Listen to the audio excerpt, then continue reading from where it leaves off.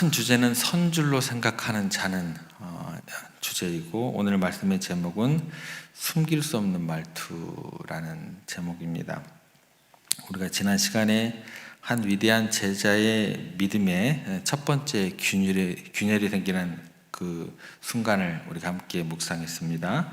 그가 이제 적진의 한복판이죠. 위험한 불 곁에 앉아 있다가 이름 없는 여종의 예상치 못한 질문 앞에서 그냥 무너져 버리게 되었다라는 것입니다. 강압적인 위력이 있는 군사들도 아니었고 한 여종이었다라는 게 우리들에게 좀 많이 어려움으로 다가왔죠.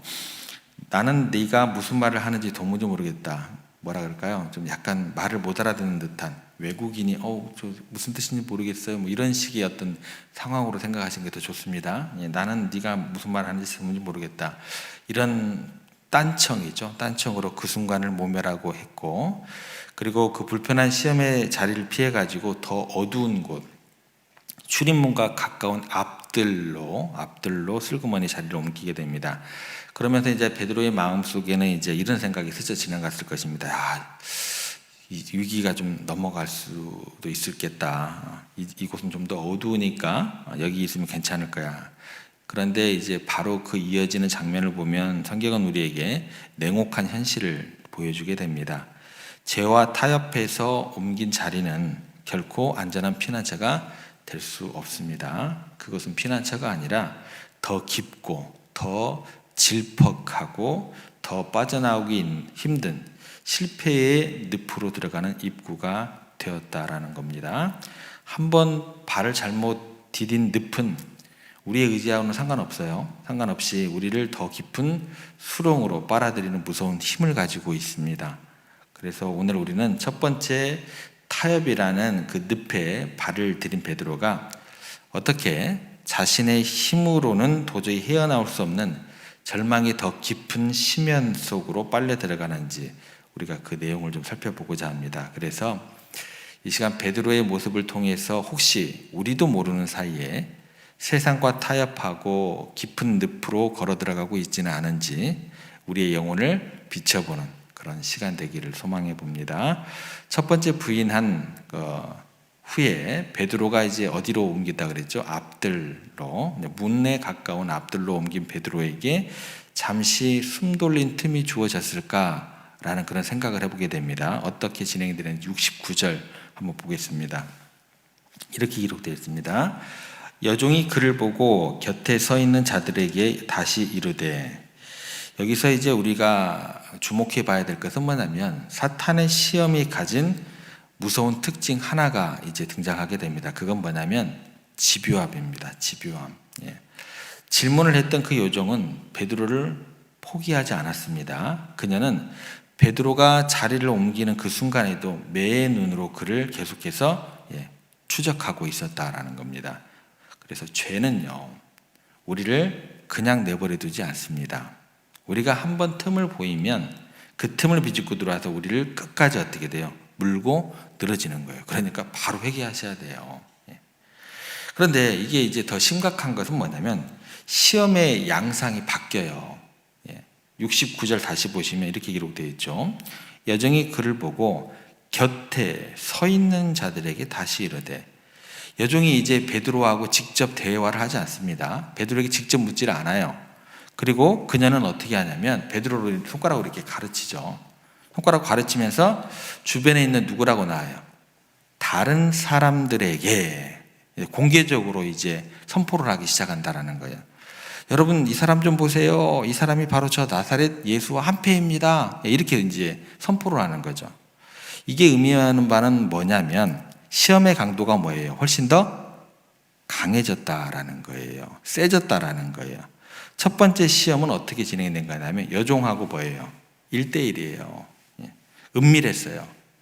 그런데 두 번째 시험부터는 이제 어떻게 들어와요?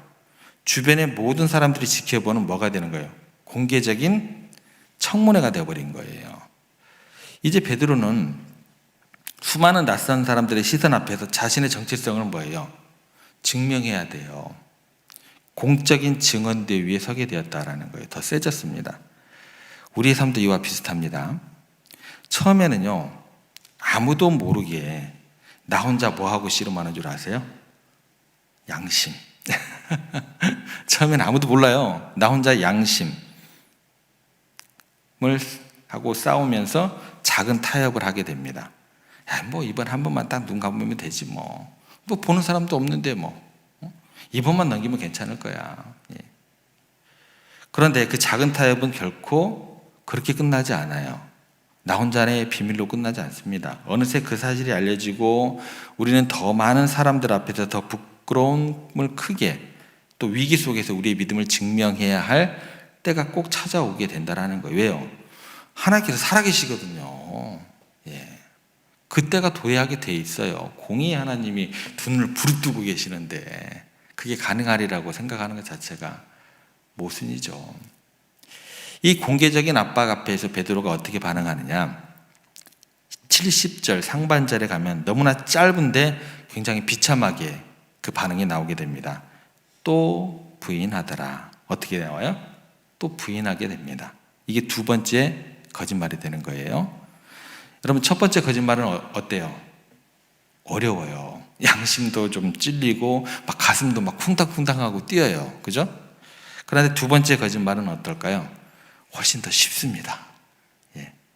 한번 무너진 믿음의 뚝은요, 두 번째 파도 앞에서 너무나 허무하게 쓸려 내려가 버리는 법입니다. 이게 뭐예요? 죄의 관성입니다. 예. 베드로는 이제 자신의 의지로는 멈출 수 없는 가속도가 붙은 열차처럼 점점 더 깊은 타협이라는 늪속으로 빠져들어가게 됩니다. 그래서 두 번째 부인 후에 우리가 여기서 하나 또 주목해야 할 내용이 있습니다. 그건 뭐냐면 굉장히 의미심장한 시간에 대한 이야기를 보여주게 됩니다. 오늘 본문에는 조금 후에라고 되어 있는데 같은 사건을 기록한 누가복음 22장 59절에 보면 이거를 더욱더 구체적으로 이야기를 해요. 1시간 정도의 시간이 흘렀다라고 이야기를 나와요. 1시간. 귀한 시간이죠. 그죠? 베드로에게는 이게 어떤 시간으로 다가가게 되었을까요? 어쩌면 이 1시간은요, 하나님께서 그에게 주신 마지막 뭐예요? 돌이킴의 시간, 은혜의 시간, 자비의 시간이 될 수도 있었어요. 1시간입니다. 1시간. 예배 시간이 우리가 보통 몇 시간일까요? 1시간 정도 되죠? 그 시간이 주어졌다라는 거예요. 자신의 두 번에 걸친 비겁한 행동을 뼈저리게 후회하고 지금이라도 그 위험의 자리를 박차고 일어나 주님께로 돌아갈 수 있었던 마지막 회개의 골든타임이 될 수도 있었다라는 거예요. 그 시간이 꼭 있었다라는 겁니다. 그런데 어떻게 해요? 안타깝지만 그 시간을 놓쳐버리게 됩니다. 1시간 동안 그러면 그 회개를 안 하고 베드로는 뭐 했을까요? 이미 마음에 불안함이 가득했고 두려움이 가득했을 거예요. 그래서 하고자 하는 행동이 뭐예요? 하나님께 회개하기보다 그 무리들 속에서 자연스럽게 섞이려고 했겠죠. 그러려고 노력을 하고 안간힘을 썼겠죠. 그들과 함께 더 가까이 가서 불도 쬐고 그들의 농담에 억지로 좀 웃어주기도 하고 자신이 마치 그들의 친구인 것처럼 일원이 된 것처럼 위장하려고 애썼을 겁니다. 그러나 여러분, 죄책감을 가지고 머무는 세상의 자리는요, 결코 우리들에게 평안을 주지 못합니다. 그 1시간은 그에게 평안의 시간이 아니라 더 큰 파멸을 준비하는 폭풍전야의 시간이 되게 됩니다. 꼭 죄 짓는 사람들이 매스컴에 돼가지고 내가 하나님 앞에서 이런 소리를 하고 있더라고요. 부끄러워 죽겠어요. 예. 만천하에 드러나게 될 그런 증거들도 있는데 제발 그런 얘기 좀 안 했으면 좋겠습니다. 어찌됐건 1시간이 지났을 때 마침내 피할 수 없는 세 번째 이제 결정타가 날라오게 됩니다. 70절 보세요. 이렇게 기록되어 있습니다. 또 부인하더라. 조금 후에 곁에 서 있는 사람들이 다시 베드로에게 말하되 너도 갈릴리 사람이니 참으로 그 도당이니라. 사람들이 베드로가 예수님의 제자라는 결정적인 증거를 찾아내게 됩니다. 이제 그게 뭐라고 나오는가 하면 바로 그의 말투입니다. 말투예요. 당시 예루살렘 사람들과 북방 갈릴리 사람들의 사용하는 억양과 발음이 틀려요. 마치 우리말의 그 표준어와 또 심한 사투리의 차이처럼 똑같습니다. 베드로가 어둠을 틈타서 얼굴을 가릴 수는 있었을지 모르겠어요. 행동은 예루살렘 사람처럼 흉내냈을지 모릅니다. 그런데 그가 입을 여는 순간 그의 혀끝에서 묻어나오는 투박하고 거친 갈릴리 사투리는 쉽게 숨길 수가 없습니다. 네 목소리 들어보니 영락없는 갈릴리 촌놈이구만. 그죠? 너도 저 윗들에 있는 예수와 똑같은 사투리를 쓰는구나. 예. 우리에게 있어서 영적 정체성은 결코 숨길 수가 없다는 거예요. 우리가 세상 사람들 속에 섞여서 그들처럼 옷을 입고 그들처럼 성공을 쫓고 그들처럼 즐기고 산다고 해서 우리가 세상 사람이 되는 게 아닙니다. 예수님을 마음에 모신 사람들에게는요, 세상 사람들과 구별되는 독특한 영적인 말투, 영적인 억양이 있습니다. 그것은 우리의 무의식 중에 내뱉는 감사의 언어가 될 수도 있습니다. 고난 앞에서 절망하지 않는 소망의 태도가 될 수 있습니다. 손해를 보더라도 정직하려는 삶의 방식이 될 수도 있습니다. 우리가 아무리 아닌 척 위장을 해도 세상은 결국 우리의 다름을 알아채게 되어 있습니다. 우리의 억양에서, 우리의 몸짓에서 뭐가 나와요? 예수님의 향기가 나오게 되고 그 향기를 그들은 맡게 되는 거예요. 그리고 세상은 우리를 증언대 위에 세우고 묻습니다. 당신 말하는 거 보니까 예수쟁이 맞네. 그죠? 당신 행동하는 거 보니까 교회 다니는 사람 맞네. 내가 어쩐지 그럴 줄 알았어. 좋은 얘기인 듯 좋은 얘기가 아닐 수도 있어요. 예. 바로 그 순간이 우리가 진짜 그리스도인지 아닌지 판가름 나는 그런 현장이 되는 순간입니다. 안타깝지만 베드로는 자신의 정체가 탄로난 그 순간 더 이상 숨을 곳도 없고 피할 곳도 없게 된 그는 그의 인생에서 가장 끔찍하고 비극적인 선택을 하게 됩니다. 궁지에 몰린 베드로가 두려움에서 이성이 마비되었던 그는 자신을 방어하기 위해서 차마 입에 담지 못할 일들을 벌이게 됩니다. 71절 가보겠습니다. 같이 한번 읽겠습니다. 그러나 베드로가 저주하며 맹세하되 나는 너희가 말하는 이 사람을 알지 못하노라 하니, 이게 이제 단순한 부인이 아닙니다. 좀 자세히 좀 살펴보셔야 돼요. 이것은 한 영혼이 이제 완전히 붕괴되는 어떤 그런 지점입니다. 여기서 베드로가 세 가지 단계로 무너져 내립니다. 이 한 절인데요, 굉장히 단계가 세 단계로 나눠져요. 첫 번째는 뭐냐면 저주입니다. 자신을 망가뜨려 버려요. 첫 번째 자신을 망가뜨리는 단계예요. 여기서 저주했다란 말은 단순히 이제 욕설했다라는 뜻이 아닙니다. 내가 만약 거짓말을 하는 것이라면 하나님이 천벌을 내려도 좋다, 나는 천벌을 받아 좋다, 자기 자신을 저주하며 배수의 진을 치는 거예요. 그러니까 자신의 그 거짓된 안위를 위해서 자신의 뭐를 담보로 하는 거예요? 자신의 영혼을, 자기의 모든 것을 담보로 건 무모한 도박을 감행한 것이 돼요. 누구를 망가뜨리는 거예요? 나를 망가뜨리는 거예요. 두 번째가 나오는 게 뭐예요? 맹세입니다. 이거는 누구를 망가뜨리는 건 줄 아세요? 하나님을 망가뜨리는 거예요.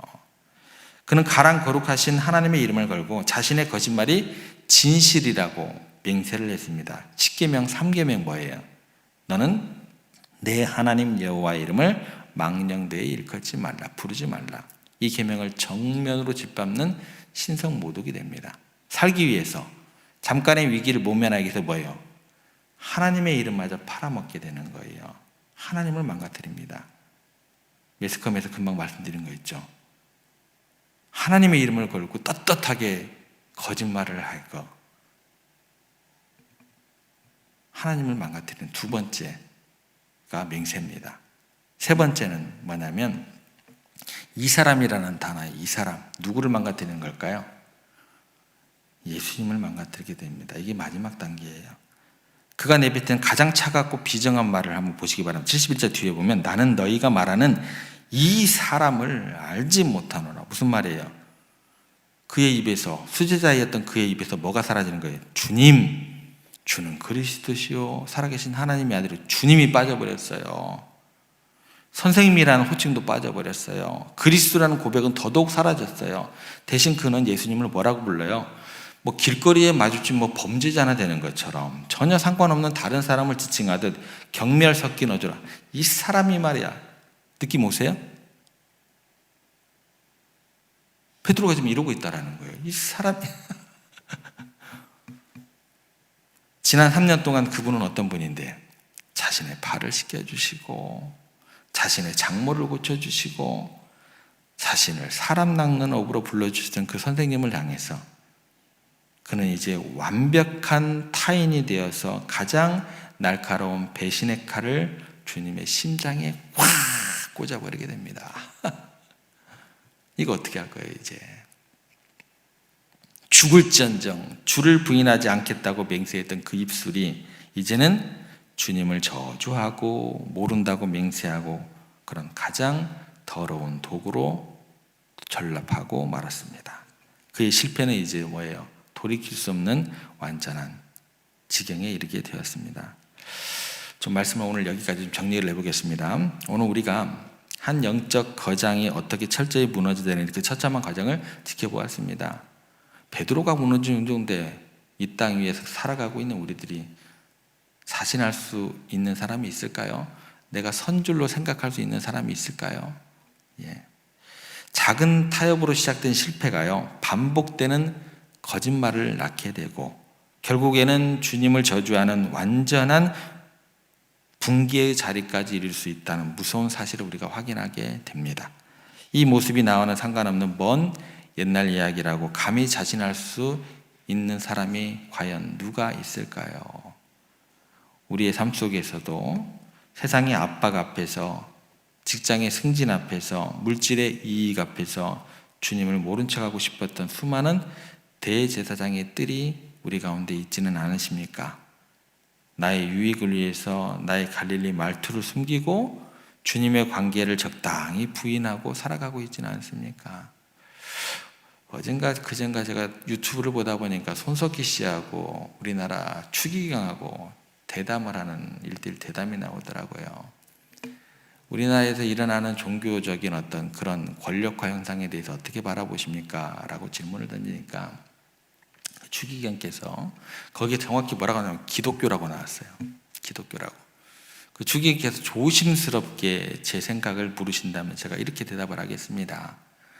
어떤 종교적인 단체가 어떠한 운동을 하고 어떠한 이야기를 하더라도 거기에 저 같으면 두 가지를 보겠습니다. 하나는 권력이 들어가 있느냐, 하나는 돈이 개입이 되어 있느냐. 이 두 가지가 개입이 안 되어 있다고 한다면 그 종교는 선한 일을 하는 것으로 저는 이해를 하게 되는 게 좋다고 생각을 합니다. 이렇게 이야기를 하더라고요. 거기 앞에 저는 이제 기독교 이렇게 나와가지고 굉장히 어제도 좀 마음이 좀 속이 상했었는데, 예. 어찌됐건 우리가 그렇게 부인하고 살아가고 있지는 않는지, 베드로가 지금 가장 깊은 밑바닥에 처하게 됩니다. 자신의 의도, 자신의 노력, 자신의 맹세가 어떻게 돼요? 산산조각이 나버렸다라는 거예요. 오늘 이 시간 우리가 이 베드로의 뼈아픈 실패를 거울로 삼아야 할 것입니다. 이 땅의 교회들도 마찬가지가 되어야 될 거예요. 이 땅의 목사님들도 마찬가지가 되어야 될 것 같습니다. 그리고 이 완전한 절망의 자리, 더 이상 내려갈 곳 없는 이 완벽한 실패의 자리에서 과연 소망이 있을 수 있을지, 어떤 소망이 우리에게 주어질지 그거는 다음 시간에 살펴보겠습니다. 오늘 주신 말씀을 붙들고 우리의 연약함을 아시는 그 주님 앞에 우리의 숨겨진 부인과 또 타협들을 정직하게 내려놓는 우리들이 되어야 할 것입니다. 그리고 내 힘으로는 이 늪에서 빠져나올 수 없음을 인정하면서 주님의 궁의를 구하는 우리와 이 땅의 믿음의 백성들, 또 이 땅의 교회들 되었으면 좋겠습니다. 그런 일들을 이루어가기 위해서 우리 스스로 먼저 옳은 길을 걸어가기 위해서 바르게 설 수 있는 우리가 되어야 할 것입니다. 그런 길을 여러분 오늘 걸어가시기를 주님의 이름으로 부탁을 드립니다.